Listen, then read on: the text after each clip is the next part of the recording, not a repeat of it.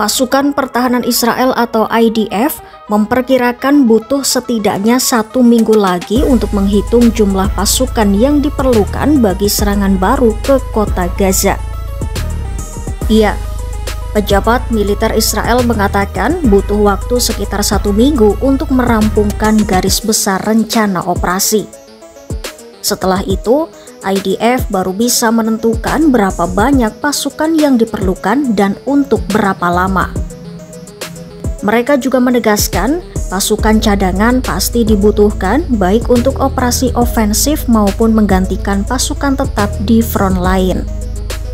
Saat ini, rekor jumlah prajurit cadangan terbesar yang pernah dipanggil Israel adalah sekitar 287.000 orang setelah serangan Hamas pada 7 Oktober 2023. Pejabat militer Israel menyampaikan hal itu pada Minggu 10 Agustus 2025 bersamaan dengan peringatan dari utusan Dewan Keamanan PBB bahwa operasi baru yang direncanakan Israel itu beresiko memicu bencana kemanusiaan yang lebih parah di jalur Gaza.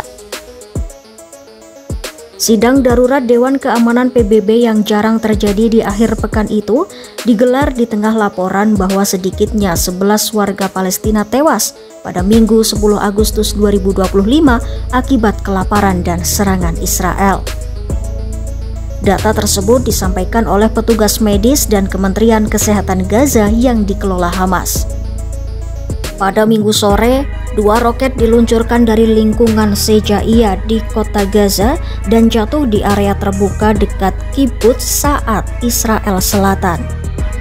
Tidak ada korban jiwa, namun IDF menyatakan upaya intersepsi roket gagal. 1 jam kemudian, jet tempur Israel menyerang lokasi peluncuran roket tersebut. Sebelumnya, dalam rapat kabinet pada Kamis 7 Agustus 2025 sampai Jumat 8 Agustus 2025 malam, pemerintah Israel menyetujui rencana untuk mengambil alih kota Gaza.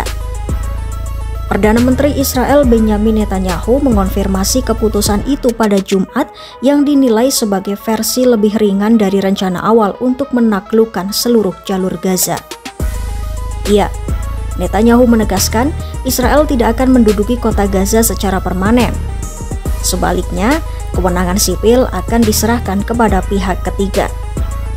Sementara itu, dalam sidang Dewan Keamanan PBB pada Minggu 10 Agustus 2025, Asisten Sekretaris Jenderal PBB Miroslav Jenka memperingatkan rencana pengambil alihan kota Gaza bisa memicu bencana lain yang berdampak pada seluruh kawasan, menimbulkan pengungsian massal, pembunuhan, dan kehancuran lebih lanjut.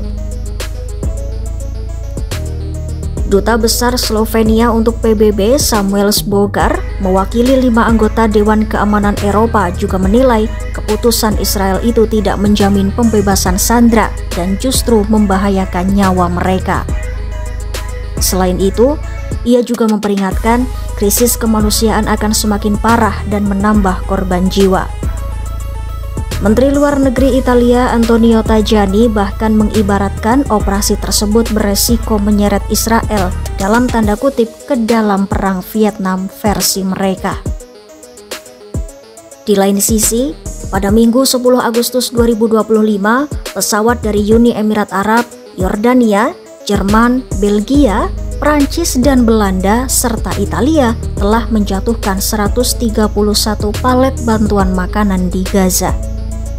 Sejak kebijakan baru bantuan Israel berlaku pada 26 Juli 2025, lebih dari 1.100 paket bantuan dijatuhkan melalui udara oleh 12 negara termasuk Israel. Militer Israel menyebut hampir 1.900 truk bantuan telah didistribusikan di Gaza dalam sepekan terakhir dari perlintasan Karim Shalom dan Sikim. Sementara itu, dilaporkan lebih dari 1.310 truk bantuan yang sebagian besar membawa makanan juga telah masuk ke Gaza dalam sepekan terakhir. PBB memperkirakan 500-600 truk bantuan dibutuhkan setiap hari untuk memenuhi kebutuhan 2 juta penduduk Gaza. Namun, jalur distribusi sering terganggu oleh penjarahan dan pertempuran. Israel pun menuduh Hamas membajak bantuan yang masuk. Sebaliknya, PBB dan organisasi kemanusiaan menuding Israel lah yang tidak menyediakan jalur aman untuk penyaluran bantuan tersebut.